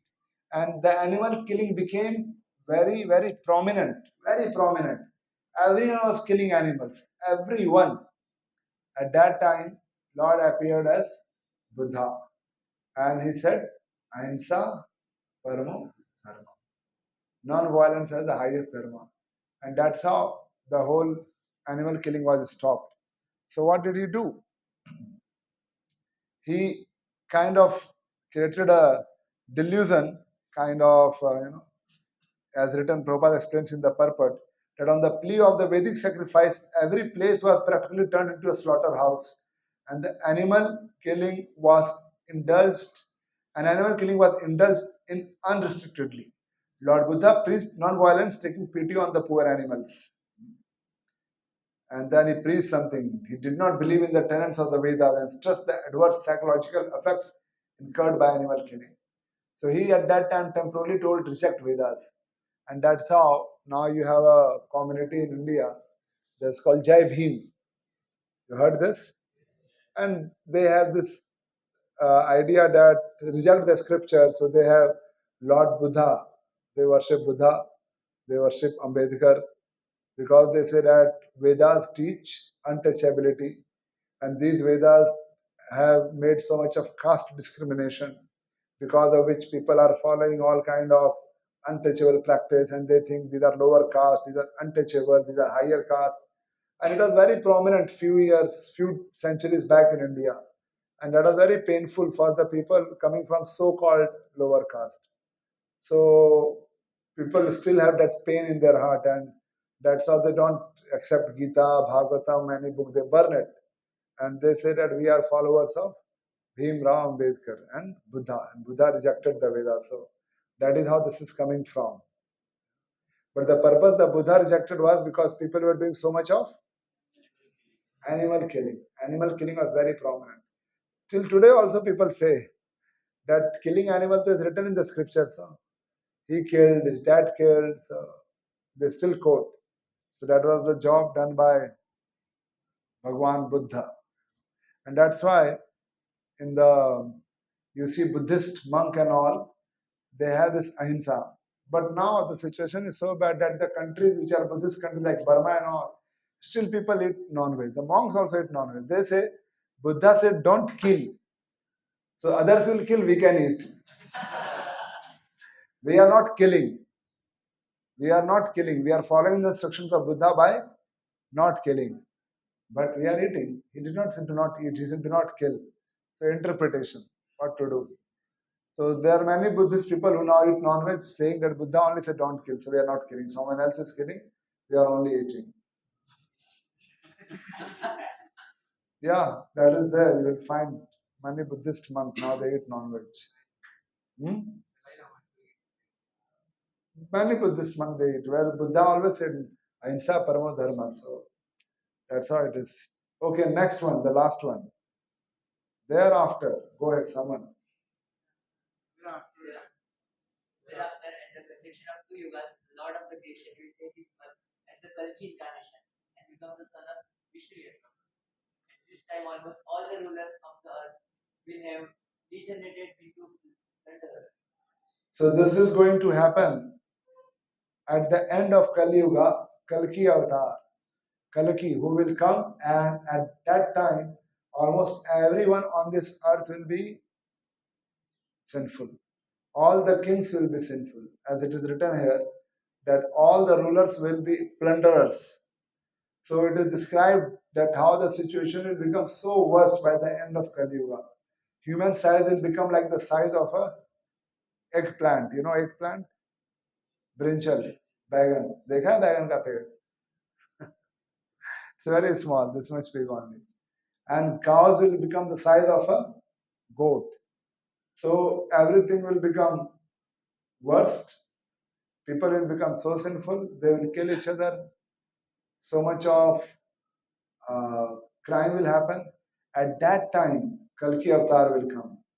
So Prabhupada explains in the purport that the present Kali Yuga lasts for 4,32,000 years, out of which only 5,000 years have passed. So there are 4,27,000 years yet to be finished. At the end of this period, the incarnation of Kalki will take place as foretold in Srimad Bhagavatam.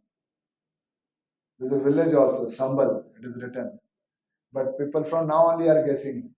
Someone says Sambal is in Odisha, someone says it is in Bihar, someone says in UP, but somewhere it is going to be there, Sambal village.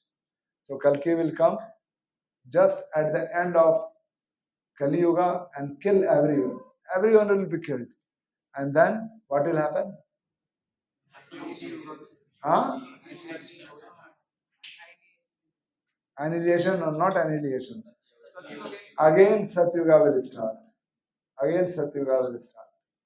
So Satyuga will start again at the end of Kali Yuga.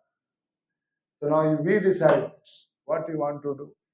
Keep struggling in this material world and keep trying, keep endeavoring, and more and more yugas, Kali Yuga, Satyuga, or we know that this is a temporary world. Why I should put so much of my business in the material affairs? Why not just practice Krishna consciousness very seriously and go back home, back to God? What is the problem? Isn't it? It is clearly written here, and if you all accept it from your heart, then we should ask ourselves, why am I wasting my time in this material world? In so many worldly affairs. This, that, this has to be done, this has to be achieved, task has to be completed. Any moment we can die. We should be even to be conscious of death is actually Krishna conscious. Someone who is always conscious of death, at any moment we can die, is also Krishna conscious. So it is written that what is going to happen, the cycle is going to go. And even if I create, suppose, the best of the architectural building or the best of the computer systems or best of the technology, this all will be destroyed. Isn't it? But still we have hope that I will do something unique. Or we have this idea that I have some responsibilities, I have to fulfill them. Okay, so let's be a win-win situation. You think, or at least we feel that I have some responsibility or I have some, emotions. Okay, whatever you say is right, and nothing is permanent, but still, I have some emotional sentiments, my attachments, my feelings, and I'm not so mature to give it up.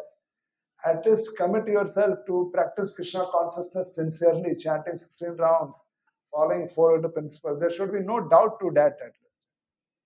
There should be no second thought. Otherwise, it's not a win-win situation. If we are chanting half round, 1 round, 16 rounds, as he said, no, Amog Leela Prabhu, 16 rounds in 4 days, 4 rounds every day.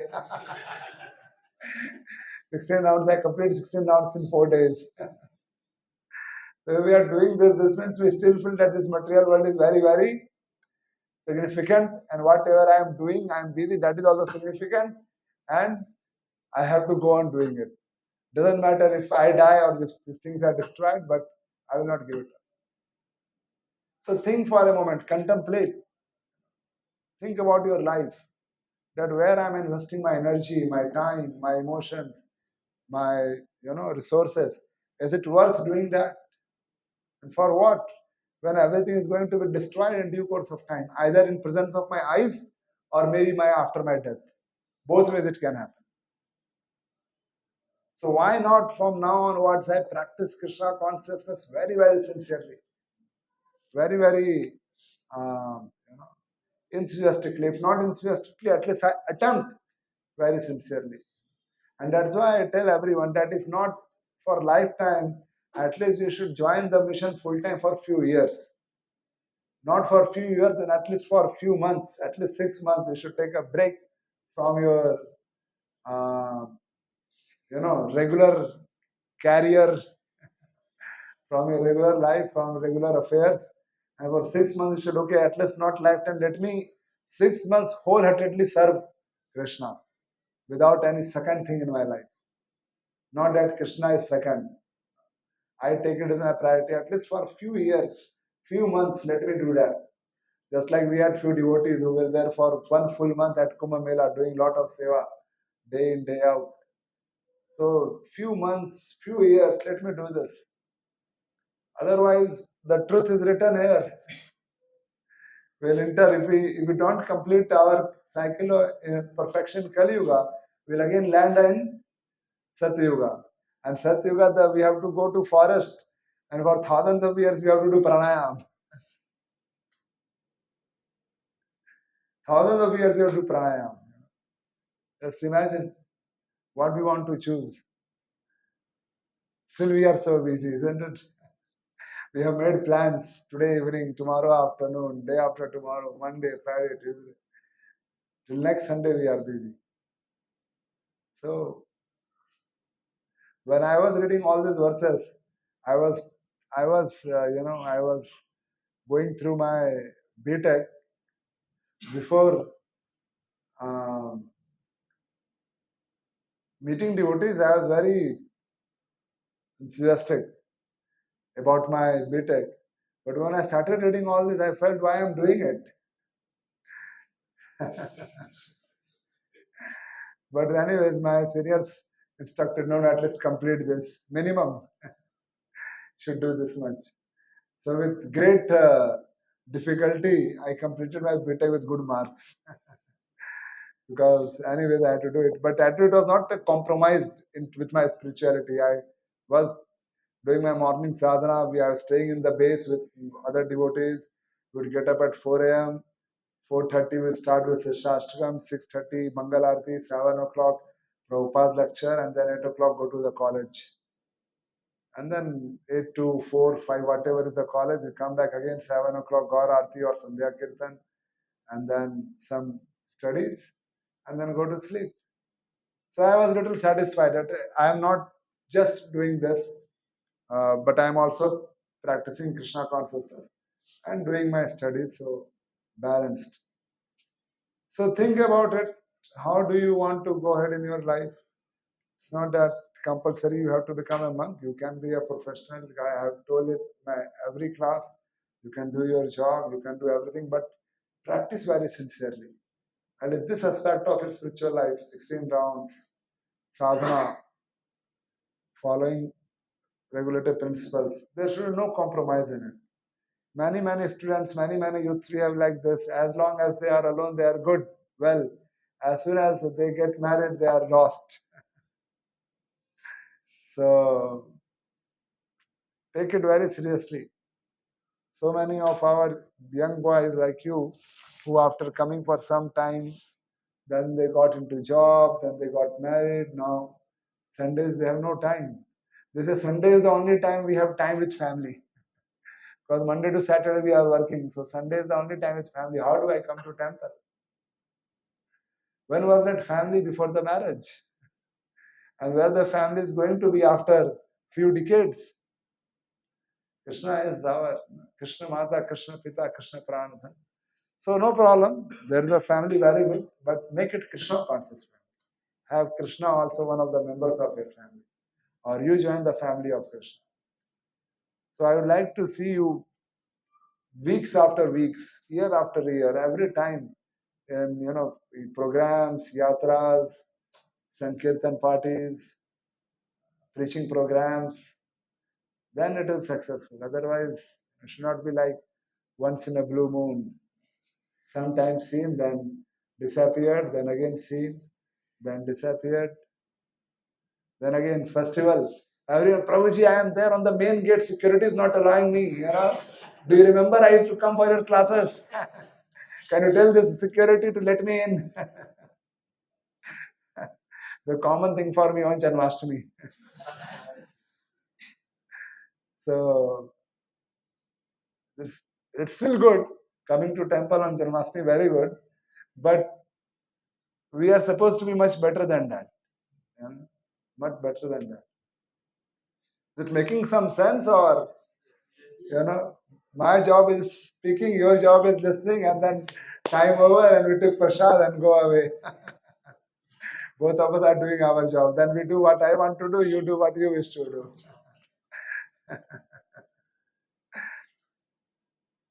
Because whenever I read these things now, especially these particular, as soon as it comes 4,32,000 years, Kali Yuga, Satya Yuga, then I just feel that we have to be so sincere in our practice. We don't want to land up again in this material world. So this is a verse we will recite, at least some verses we should recite. Avtara hi asankhya Hare Sattva Nidhe Dvija Yatha Vidasina Kulya Sarsa Siyu Sahasrasa. So if you just try to understand the Sanskrit, it is very simple. Avatara hi asankhya. Avatara means incarnation, and asankhya means unlimited, innumerable, as it is written. There are innumerable incarnations of Hari or Vishnu. Right now we just went through 20 of them or 24 of them.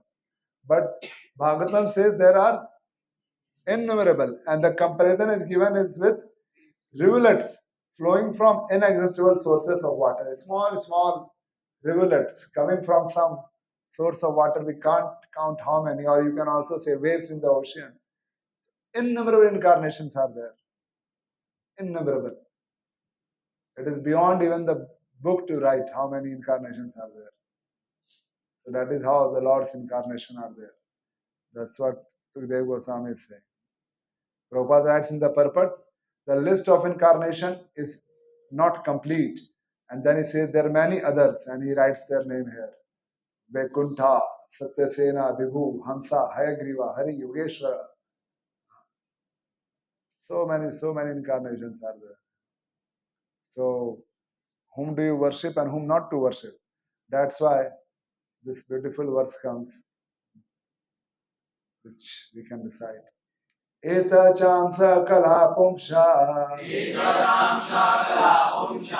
Krishnastu Bhagavan Swayam Indrari Vyakulam Lokam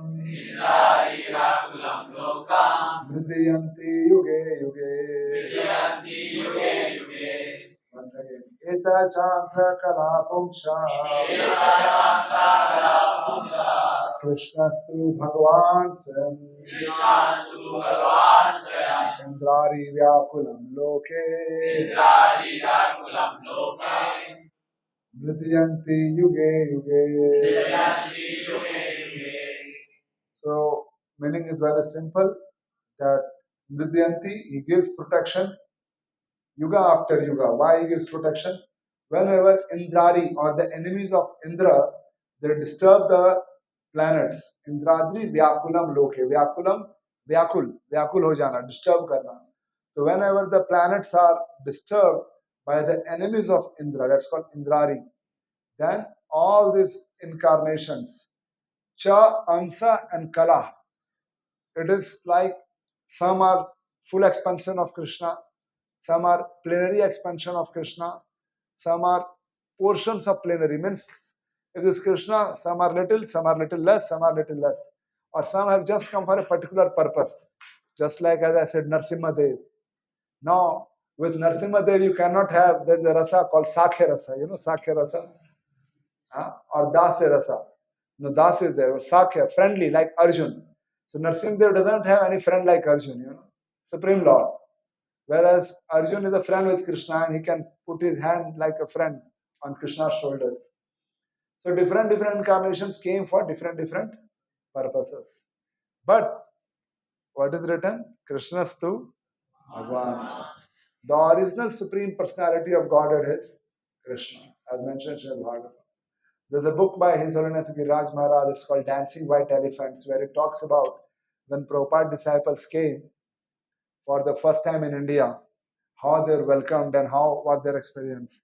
First time they performed Harinam in Surat, because one life ever invited them to Surat. So they all went to Surat and they did Harinam in Surat. And people were so amazed, they were throwing so much of garland that their faces were covered with the garlands. So many garlands were offered to them. And the mayor declared holiday because the Westerners were going to perform Harinam Sankirtan on the street. It was a holiday declared by the mayor of Surat for everyone to participate in and to look at this event. So after being in Surat for some time, then they went to Kumbh Mela, Ardha Kumbh Mela in Allahabad, Prayagraj, 1971. Prabhupada went with his whole team of devotees and they were just 40 in number. That was the biggest ever assembly of all devotees together. 40 in number, like how we are here, 35, 40 of us. That was the whole team who did the whole Kumbh Mela. So there one time, this pastime is from, I remember because I was reading that. So the devotee called Madhu Drisha Prabhu, a disciple of Prabhupada. There's another devotee called Yamuna Devi Dasi, another disciple of Prabhupada. So one time they had some discussion and the argument started. Madhu Drisha, while saying something, he said, Krishna and Balram are non-different. They are completely same. The only difference is Krishna is black and Balram is white. So Yamuna Devi, another disciple of Srila Prabhupada, said, there is a difference. Radharani is only with Krishna. She is not with Balram. So Radharani, who is the supreme energy, is only enjoyed by Krishna. Krishna is the only enjoyer of Srimati Radharani. So there is a difference. So they had some more discussion. No conclusion was coming. So they went to another senior disciple. His name was His Holiness Tamal Krishna Maharaj. And they presented to Tamal Krishna Maharaj that, Madhujisa says that Krishna and Balram are non-different. The only difference is Krishna is black and Balram is white. But Yamuna Devi says that there is a difference. Krishna is the only enjoyer of Srimati Radharani, who is the supreme energy. Balram is not doing so. So Krishna has a little higher edge. So Tamal Krishna Maharaj also had no answer. He went to Srila Prabhupada. And that was all happening in Kumbh Mela. Then Prabhupada, Madhudvisa says that Krishna and Balram are non-different. The only difference is Krishna is black, Balram is white. Prabhupada said, yes, this is true. But Yamuna Devi says that Krishna is the only one who has got Srimati Radharani with her, the supreme energy. And Krishna is the supreme enjoyer. And Prabhupada said, yes, she is also right.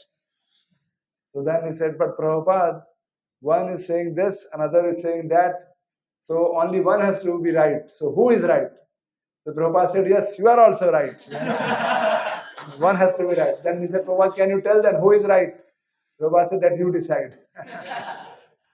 So these devotees were in Kumbh Mela.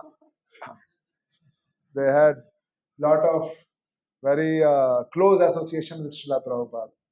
And many times, Krishna is not accepted as Supreme Personality of Godhead by many of his very, very close devotees like Nanda Baba and Yashoda. Nanda Maharaj and Yashoda, they don't accept Krishna as Supreme Personality.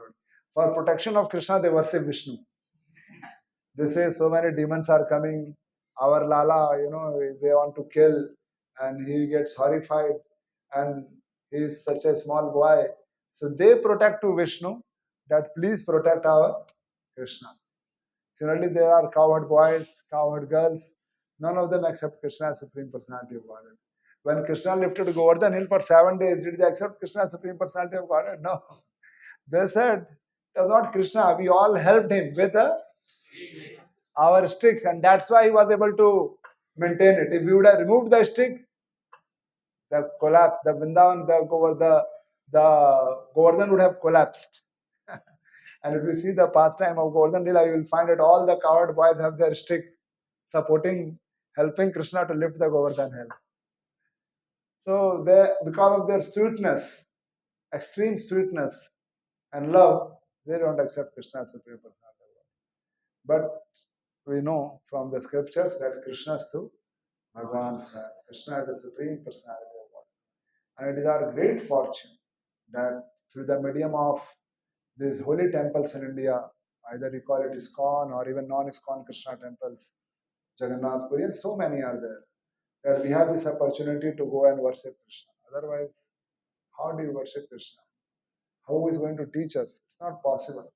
It's only because the great acharyas have given this opportunity and they have requested Krishna that please accept worship of these people.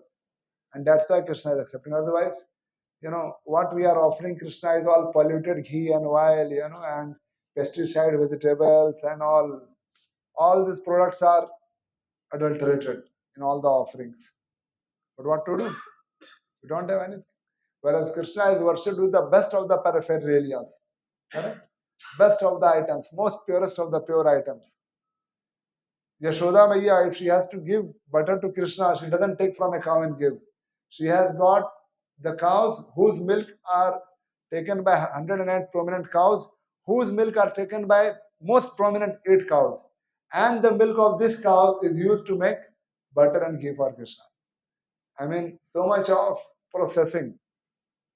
The best 8 cows who are drinking the best quality of milk. These cows are also drinking milk. And then they are giving the best Padma Gandha cows, the best milk for Krishna. And what we are getting, we don't know in the market. But because the acharyas, the Guru Parampara, they have requested Krishna that please accept the seva given by these devotees. And that's how Krishna is accepting. Otherwise, he is not obliged to do so. Is he obliged? Is it that no one is feeding him? So here some people are giving some offering, so he is taking, okay, at least someone is giving him food. It's not like that. He's offered Chappan Bhog in Jagannath Puri. And many other places, many elaborate bhogas are going on. So it's beyond our capability and understanding. But Krishna's to Bhagavan's. So there are another how to get away from the miseries of life. You can recite this verse. Janma guhyam bhagavato ya etat prayato nara sayam pratar grinan bhaktya dukkha grama vimuchyate. Please someone read the translation. Whoever carefully recites the mysterious appearances of the Lord with devotion in the morning and in the evening gets relief from all the miseries of life. Okay, so if you want to go away from the miseries of life, spend your time with the latest technologies of the world. Not true. You have to spend your time with Bhagavad Gita and Srimad Bhagavatam. Spend your time with the scriptures. Spend your time with devotees. Spend your time with holy name. Spend your time with some Sankirtan program, some Katha, some spiritual discourses going on by devotees. And that is the way. Otherwise, what is happening in the world? Every day, new and new hospitals, new and new technology to fight the diseases. But it's just becoming complex. The miseries are decreasing or increasing? Just increasing. It's just increasing. So spend your time with scriptures.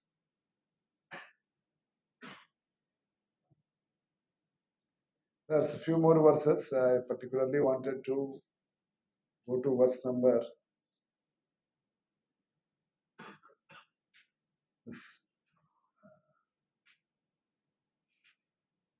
about the Srimad Bhagavatam. This verse is glorifying Srimad Bhagavatam. Idam Bhagavatam Nama Puranam Brahma Samhitam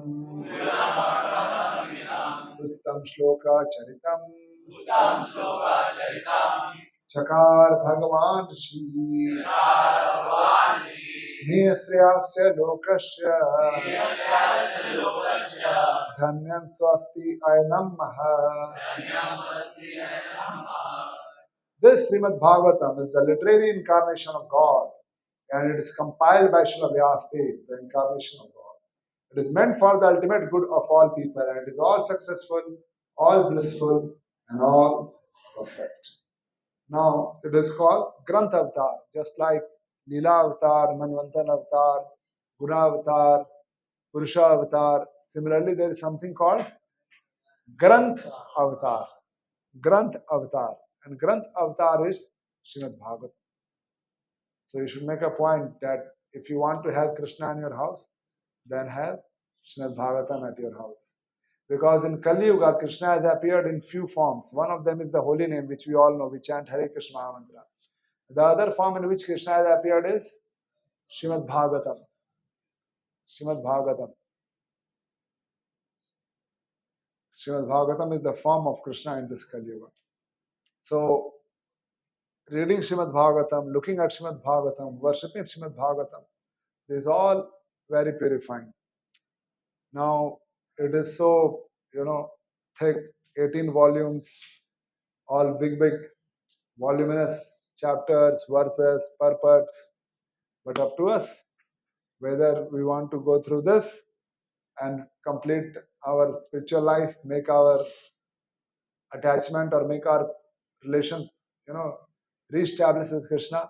And if we don't do this, then life after life, A for apple, B for,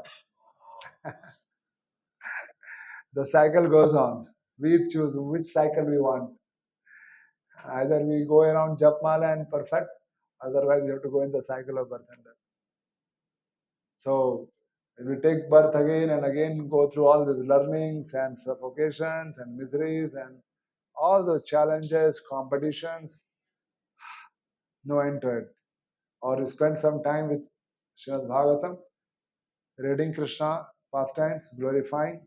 And the more you read, the more realizations you get. Like Bhagavad Gita, you read one time, don't understand anything. Read second time, something we understand. Read third time, more realizations come. Read fourth time, more and more deeper feelings come. Read fifth time, then we are able to connect more with the world, with the Krishna, and we can feel it. We can experience what is written there. Just like we have this verse in Bhagavad Gita, Matra sparsastu kaunteya.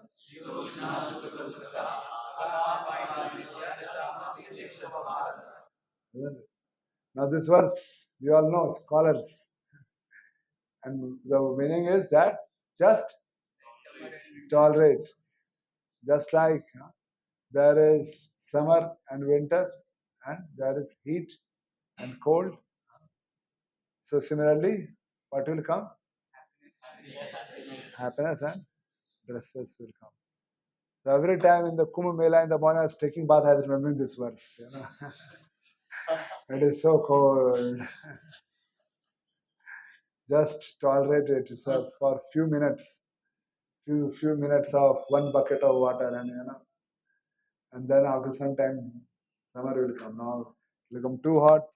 So these verses of scriptures, they should become our, they should come on our mind. It should come in our consciousness in our day-to-day life. That's how we have to read it. Again and again we read it. Again and again we go through it. We start living our life through these verses. We start seeing things through these verses. Like that, so many verses are there, whether it is Bhagavatam or Gita. But we have to train ourselves by reading it again and again so that our realizations become more mature and we are able to see things in that way. Otherwise, we're not able to see. Otherwise, it's always struggle. Struggle. Too cold, get hot water. Too hot, get something else. And we are just, it's like a pendulum struggling in this world, trying to fix the issues of this world. When you are troubled, trying to find solution. Next set of troubles, trying to find solution. But Bhagavatam gives us ultimate solution, permanent solution. In Bhagavad Gita, Bhagavatam. Invest your time in these scriptures. That's the best investment of life. All other investments, no guarantee. Hare Krishna. Yes, what's your question? Even Bhagavad Gita and Bhagavatam. Bhagavatam, they are the same thing, right? No, they are not the same thing. Bhagavad Gita is spoken by Krishna, heard by Arjuna on the battlefield of Kurukshetra 5000 years back. That conversation is called Bhagavad Gita, which has 700 verses. Right now, what we are reading is Srimad Bhagavatam, which is spoken by Sukhdev Goswami to Parikshit Maharaj on the banks of Ganga river. So when Parikshit was cursed that in 7 days Takshak, serpent, will come and kill him because he was cursed by a Brahmana, so he immediately gave up his kingdom, gave up his family, children, everything, his wife, property, gave up his clothes, everything he left, and he immediately went to the bank of the Ganga river, inquiring that what should be the responsibility of someone who is about to die, because he knew that he had now just 7 days in hand. At that moment, all the sages from all over the universe came there because this was a very historic thing going to happen, that the king has renounced everything. For example, you see in this world also, in Jain Sabha, sometimes some very big businessmen, they are about to renounce their whole property, and a big assembly of people come, getting into monkhood, and big now crowd come just to see that he is taking monkhood. Like today we have in Mira Road, our His Grace Kamalochan Prabhu taking sannyas, must be done until now. So he took sannyas. So thousands of devotees have come there to, witness this event, that devotee is entering into sannyasa. Sannyasa ashram is a no U-turn ashram. You can't take back. So Parikshit Maharaj was in the same situation, gave up everything and just waiting for death to come, and wanted to know what should be the activity or what should be the responsibility of someone who is about to die. At that moment, Sukhdev Goswami comes and he starts speaking the responsibilities of a human being. And in that, for 7 days and 7 nights, he spoke non-stop. That became Srimad Bhagavatam. So that is the conversation of Parikshit Maharaj and Sukhdev Goswami. What did he speak? He spoke completely about various incarnations of Krishna, like whatever incarnations we read right now. More detail about them we will find in further cantos of Srimad Bhagavatam. So Bhagavad Gita is a kind of theory where Krishna tells Arjuna, you should do this, you should do that, you should not do this, you should not do that. How to apply that in life is Srimad Bhagavatam. Srimad Bhagavatam is the story of devotees and in relation with Krishna. So how a particular devotee performed his activities, how did he live in his life. All the principles of Bhagavad Gita are applied in Srimad Bhagavatam. So you can say Srimad Bhagavatam is applied Bhagavad Gita. Whatever is taught in Bhagavad Gita, the rules, regulations, principles, they are taught how to apply in the life in Srimad Bhagavatam. Just like we all recited this verse few moments back. Matra sparsastu kaunteya sitoshna sukha dukkha agma payano nityastam tikshe. Just tolerate. We can see this is applied by Parikshit Maharaj in his life. When he was cursed that he will die in 7 days, he did not react to it. He did not counter curse, or he just accepted it. Okay, I have 7 days. Now let me just give up everything and let me just surrender to Krishna and let me just meditate, on that. So every principle of Bhagavad Gita applied, practiced in action, performed by devotees, and how the Lord reciprocated to the devotees, how the Lord and devotees performed various leelas, whether it is Samudra Manthan, or you can say it is Narsimhadev pastime, or it is pastime of, say some pastimes, Vaman Dev pastime, Dhruv Maharaj pastime, Ambarish Maharaj pastime, Kapila Dev pastimes, all those pastimes which involves devotees and the Lord is Srimad Bhagavatam. So Bhagavad Gita is like a Upanishad, is in fact Upanishad, Gita Upanishad, and Bhagavatam is Puran. Puran is mostly stories. So right now what we are studying is all stories or philosophy in between stories. Okay?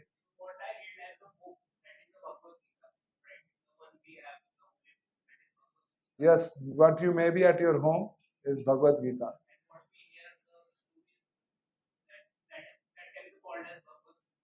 No, the stories are mentioned in Bhagavatam. There's a book called Bhagavatam. Just like here someone has, correct? Like we have our Siddharth Prabhu. This is Srimad Bhagavatam. And what you have in your hand is Canto 1. Like this, there's Canto 2, Canto 3, Canto 4, and it goes till Canto 12. And some cantos are so huge that they have got 4 such books like that. So there are total 18 books. Canto 12 divided in 18 books like that. So that is Srimad Bhagavatam. This is another set of books, and Bhagavad Gita is just one book. So we start with Bhagavad Gita. We have already done for these devotees Bhagavad Gita over a year, went through all the verses, and that's how we have gone through Srimad Bhagavatam. So whether we'll be able to go through all the verses of Srimad Bhagavatam, because there are total 18,000 verses. 18,000 verses in 18,000 Sundays. Of course, today we did we read many verses. So it's very elaborate, but that's how we meet, to read something from scriptures, to discuss some philosophy from scriptures. Hare Krishna. There are a few more important verses in this chapter before we conclude the chapter. We'll do it maybe next Sunday. This talks about glories of Srimad Bhagavatam, and it also talks about what should be the mood of someone who is trying to learn Srimad Bhagavatam. So that is left for the whoever is giving class next Sunday to all of you and discuss in detail.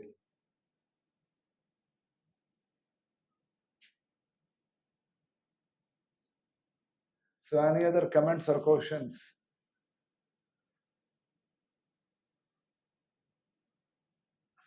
You know what happened after 7 days of hearing Bhagavatam by Parikshit Maharaj? There was no feast after that.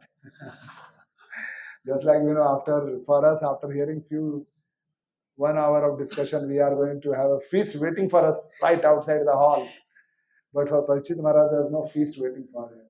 There was a snake bird waiting to bite him and burn him to ashes. That was the end for him. But before, he didn't die because of that bite. He just concentrated fully on the Lord, and he was transported to the Lord's kingdom. So we are so fortunate, isn't it? We don't have a Takshak snake waiting outside. Their Bhagavatam will complete and I will come and do my job. We are so fortunate. Yes.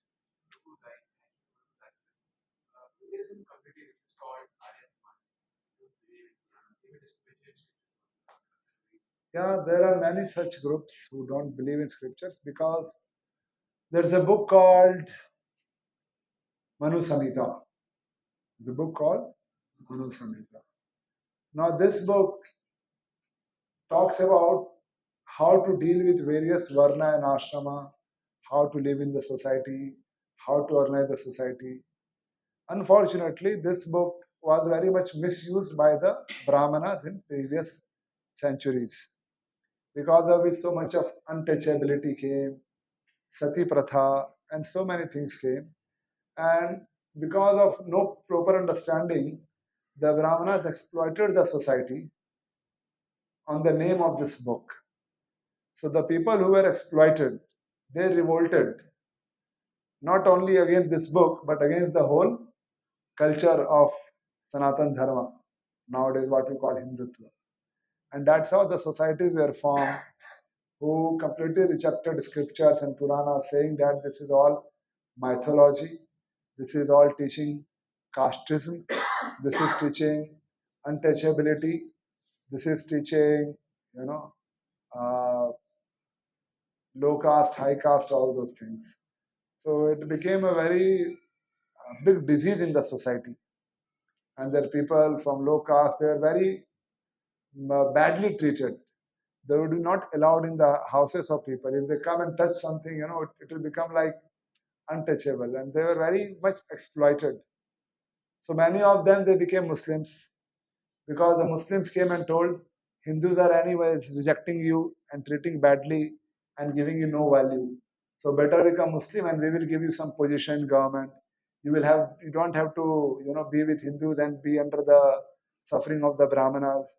So many of them became Muslims. That's why in India, the Indian Muslims are not the one who came from Arab. Those who ruled, the Muslim rulers who ruled in India, they converted the people at that time, so-called low caste people, in Muslims. And that's how everything became very hodgepodge.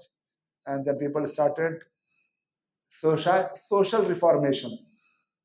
So there are many prominent leaders at that time.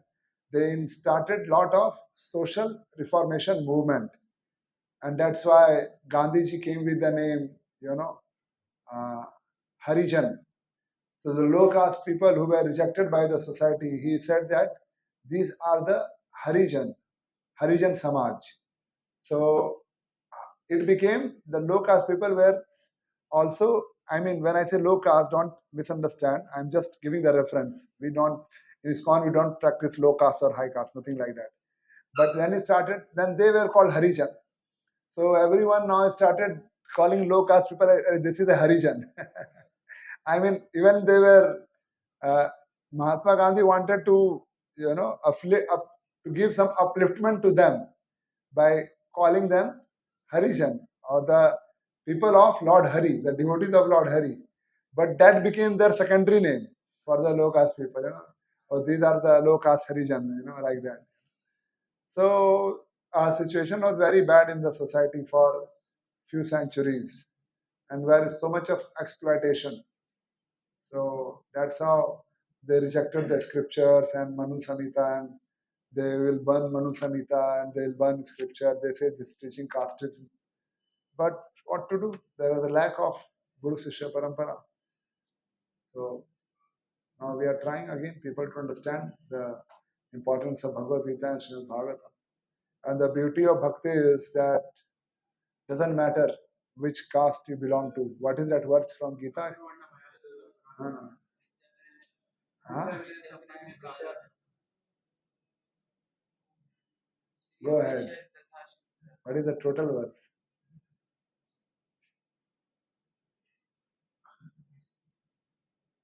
Someone? Striyo Vaisas Tatha Sudras Te Piyanti Param Gatim. But how does it start?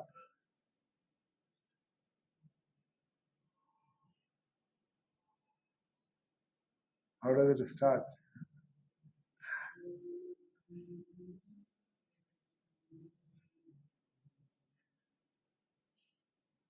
Anyone? The Prabhu is doing Google search. With the help of Gemini AI, will come to know very soon. Did you get? Mami Partha Viparsitya Ye Pisyu Papa Yonaya. It says, Krishna says in Bhagavad Gita that Mami Partha Viparsitya Ye Pisyu Papa Yonaya.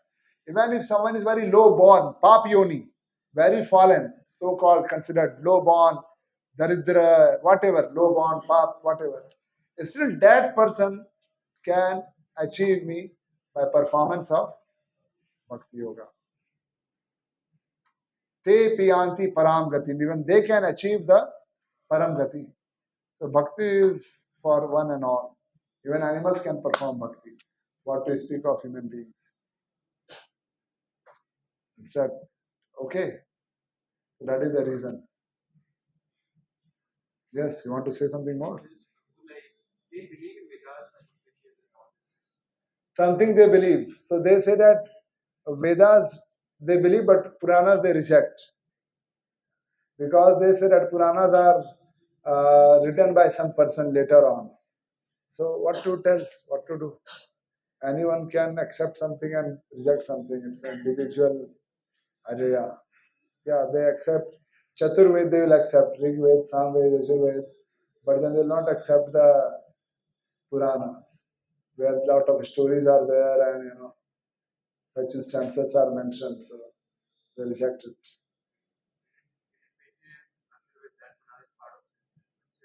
Maybe you can debate with them and try to realign them with the right philosophy. But day by day, things are not growing on the other side. I think ISKCON devotees are preaching everyone and convincing them. I am from a Arya Samaj school, DAV, Dayanand Anglo-Vedic school, and we would have, Arya Samaj ke 10 niyam kya hai, just like we have 10 offenses to the holy name of the Lord. Like that, every day in the school, every day we would chant in our morning prayers, Arya Samaj ke 10 niyam. After being in ISKCON, I forgot it, whether previously I would remember it. So all these rules were there, 10 niyam, Arya Samaj ke 10 niyam. And we were all Arya Samajis. We would have every Monday Havan in the school. We were given a diary which has all the Vedic mantras, especially the Isopanishad mantras which we are chanting in ISKCON. Those mantras were mentioned. We would chant those mantras. But believe me, that was the teachers were doing because for the sake of doing it was their, bread and butter. And we were doing it because we had to study in the school. There was nothing very, heart-to-heart feeling in it. We would just sit in the yajna, just waiting when it will get over. The Purna Ahuti will happen and we'll all go back to the classroom. And it was just, even if we were given a book by Arya Samaj, which was a compulsory.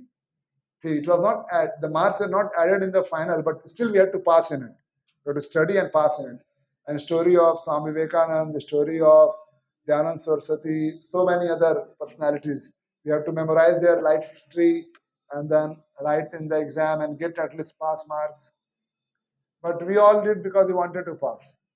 It was never kind of, a spiritual connection, which we feel while being here in society of devotees. But at least that keeps people theists. They don't become atheists. They don't become atheists, which generally happens nowadays. Many places people become atheists. We were always believe in God. It was always there. Okay. Anyone else want to say something?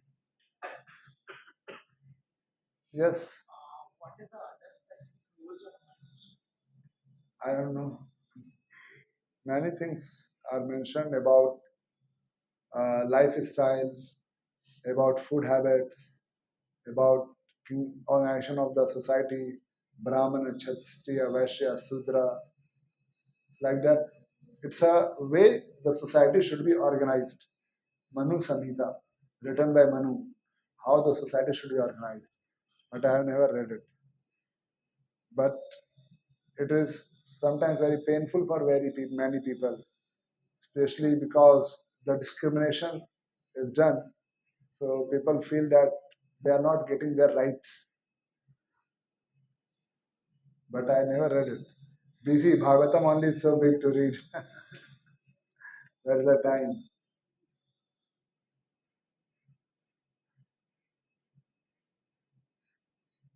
Any other comments or questions or any other announcements we have?